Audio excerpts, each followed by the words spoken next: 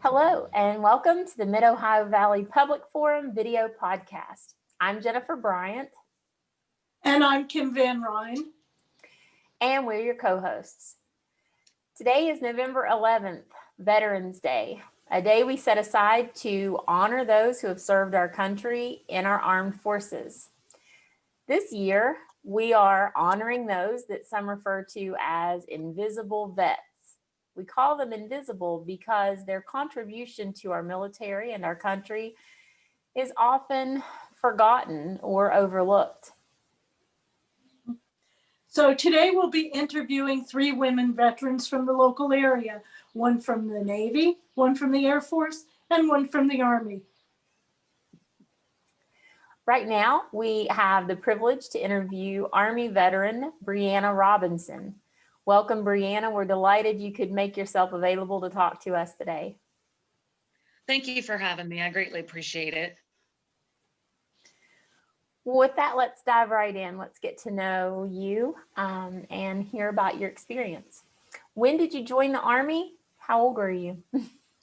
I was 19. It was 1999, January of 1999, and was in for 11 and a half years. Oh, goodness. So why did you join the military? And specifically, why did you join the Army? I joined because at that moment in time, there was no one from my family, female, that had enlisted with my generation. So I wanted to follow also in the footsteps of my grandfather, who was a World War II vet. He was in the Army. I followed in the footsteps of my oldest brother, who was an Army veteran. And by the time I realized that I actually wanted to do something with my life, I was 19 and decided to enlist.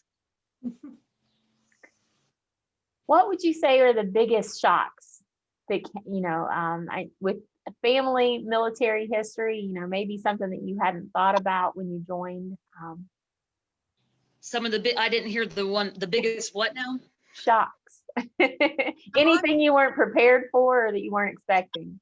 Well, it wasn't really a shock, but I was in ROTC in high school, so I was used to getting yelled at and stuff like that, but that was Navy. So when I went Army, my family was kind of a little worried that they didn't think I'd be able to go through with it, because at the time I really didn't like people telling me what to do, authority-wise. So when I got to basic, it was definitely a slap in the face. I was not in Kansas anymore, or home, I guess you can say, because I went to Fort Jackson, South Carolina, and it definitely, that was the first time and the longest time I've ever been away from home, ever, especially that far away from home. So that was a big shock for me, not being able to call, my mom when I needed her. At the age of 19, I still wanted my mom, especially going through basic. It was rough, but I surprised myself and surprised my family, and I dug in and got through it. So, Breanna, describe your service. How long did you serve? What was your job in the military? Where all were you stationed? What awards did you get? Just the whole ball of wax. Well, I enlisted in the West Virginia Army National Guard. At the time, I wanted to go to college at the same time and only be a part-time M-Day soldier. That's when everybody, at that time, there was a lot of people joining the Guard. But in 2003, I actually got pulled from the aviation unit here in Williamstown to go with a maintenance unit to Iraq in 2004. I was there for almost 6 months and got sent home early because at the time I had a 3-year-old son. I went over there as a single parent. My mother had temporary custody of my child, so she ended up coming down with shingles and could no longer take care of him. So I got sent home early. They discharged me due to hardship, being a mom, and I didn't have anybody else that could take care of him. So at that time, I actually was engaged to a Marine. And during the time that I was out, I had my daughter. I call her my deployment baby. So then about a year and a half later, I realized that I missed it. So I re-enlisted back into the West Virginia Army National Guard in '06. My husband was a little mad because at the time he was a Marine recruiter. So he thought that he could recruit me into the Marines. And I'm like, I'm good. I said, I don't need that. I'm already married to one. I don't need to be married to the whole, battalion, let alone. But so when I re-enlisted, I went back into my old unit that I deployed with, and I loved it. I was there out of Eleanor, West Virginia. I was worked full-time for the National Guard for 2 years at the state maintenance facility. My MOS was a 92 Alpha, so I was logistics, but the whole time I was in motor pool. So, I wasn't a mechanic. I wish I was, because I love getting my hands dirty. That's another reason why I joined the Army, is because, I got to play in the dirt. There was no water involved. Sometimes, I was on flood duty twice in the state down in southern West Virginia. We were set up there in Beckley and also Charleston during those flood duties. But in 2009, pretty much what started my path of getting out is I ended up in I got a neck injury due to Humvee rollover training. So in 2010 is when they medically discharged me, because they knew my neck wasn't going to get any better because I had 2 herniated discs. So that was my end in the service. I actually wanted to retire, so I didn't get to, but it is what it is. Things happen for a reason. So you were in logistics. Does that mean, and you weren't a mechanic, so were you a driver? Did you drive those big military vehicles? When I was in Iraq, I more or less was an 88 Mike, which was the truck driver. They switched me over to driving the supply trucks and stuff. But my main thing was ordering parts, for all the vehicles. When we were in Iraq, we did the up armoring of 10th Mountain Division. Of all their vehicles or whatnot. But yeah, I was pretty much motor pool the whole time, and it was working on the vehicles when I could, when I loved learning. So anytime the mechanics were out there, I'd have them let me get up under there too, because it was just something I loved to learn. Well, this is a touchy subject for some, but how much of an issue for you was sexism, either institutionalized or individually, during your service or after? It was, for me, it was more like around 60% where I was having a hard time, because, I was around some guys that was active duty prior, and then they joined the Guard. So, they were doing it because they missed the military, but they also wanted to be around their, family, full time as well. So they were old school, and a lot of them didn't feel like females should be in the military at all. So a lot of dirty looks, a lot of, oh, well, you don't know what you're doing. You can't do this. You're not a man. Well, that's where, me being a Robinson, it was already bred into me genetically. Oh, okay. Tell me I can't do something, I'm going to do it anyways. So I went above and beyond. I never let the bad things that was being said about me being a female get to my head. There was some times where I felt defeated, wanted to throw the towel in, but I kept pushing on, because I didn't want to let my mom down, or my dad.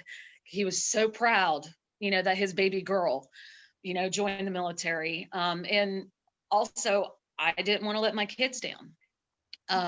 So I just made sure that I didn't let the guys that were actually bullying, or being sexist or biased, see that it was getting to me. I just drove on like I was taught in the military, and just, bite your tongue and keep doing what you're doing, because those who care and those who see what you're doing, it'll help you in the long run. So now that it's all over and you're a civilian and a vet, how do you feel about having served?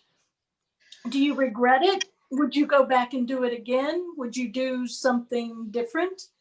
Well,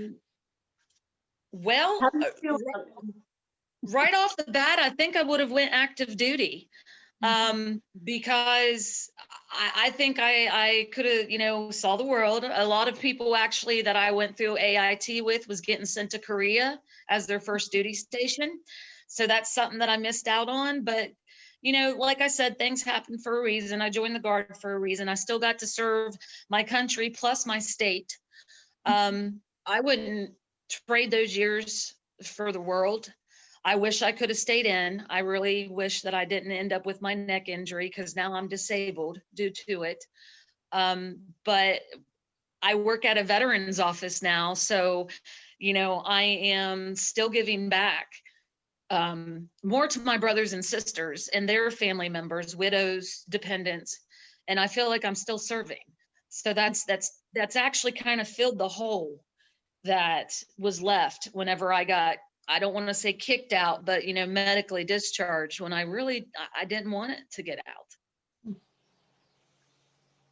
Well, what advice would you give any young woman who's considering joining the military today?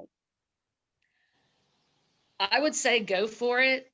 Don't don't get afraid or be scared that, oh, well, because I'm a girl, I'm not going to do as well as the guys, or maybe I'm going to be weak, or they're going to think I'm weak if I can't do certain things. Don't give up. Follow your dreams. If you want to serve your country, you go go kick butt. I was gonna say, I try to watch my mouth. That is the downside of being a veteran. Army, let alone, I'm sure there's some Navy vets in there too. right here? Right. When I let loose with some salty language. Exactly. We may be women, but we can talk like sailors too. Okay. But yeah, for girls, young girls that want to, give their heart and soul to providing safety for our country and our younger generations and our older generations that are stateside now, I just say go for it. Don't let anything stand in your way. So is there anything else you'd like to tell us that maybe we haven't talked about? Maybe you have a funny story or an anecdote or something like that you could share with us? Okay, the one funny story that comes to mind, it's actually, this is where my dad was very proud of me. We were going from Kuwait up to Iraq to our FOB. That took a couple days because we had to travel during the day and sleep at some of the fuel points at night. So that way we were safe. Well, halfway to where we were going to in Iraq, the bottles were like huge that we had, for water and stuff. So, you had to stay hydrated, especially coming from West Virginia, going to the desert. You didn't realize how dehydrated you got, how fast.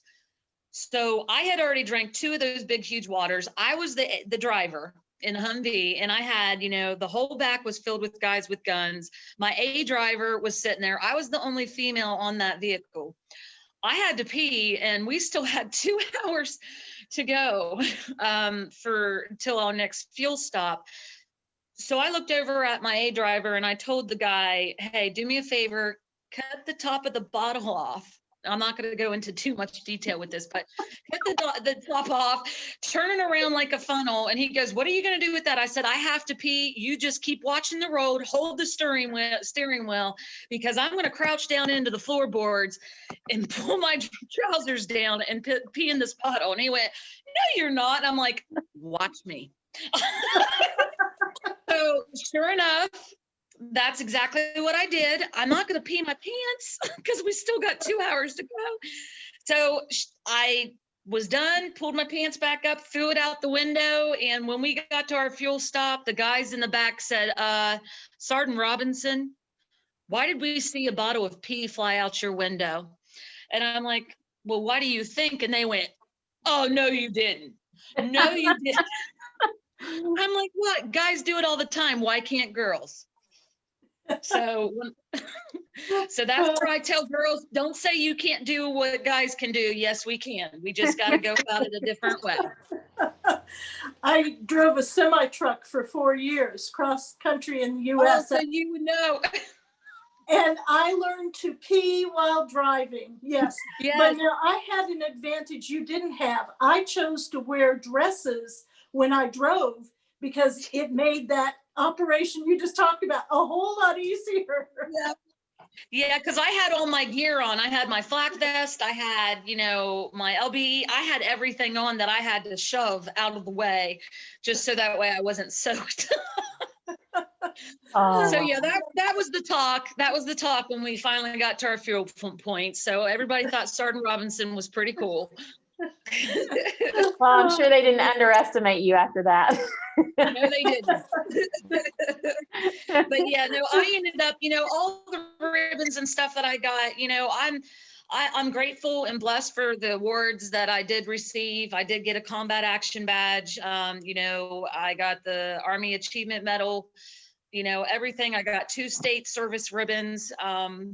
I'm just thankful that I came home alive, and so did my brothers and sisters. So in that unit. So other than that, I'm blessed. Well, Breanna, we're so glad you took the time to talk to us and share your experience with our listeners today. And thank you so much. Thank you for having me. I greatly appreciate it. Happy Veterans Day to you. Yes, and to you too. And thank you for your service. Thank you. For everyone else, take a moment today to think about our veterans and remember that we all owe a debt to those who have served to preserve our freedoms. Thanks so much.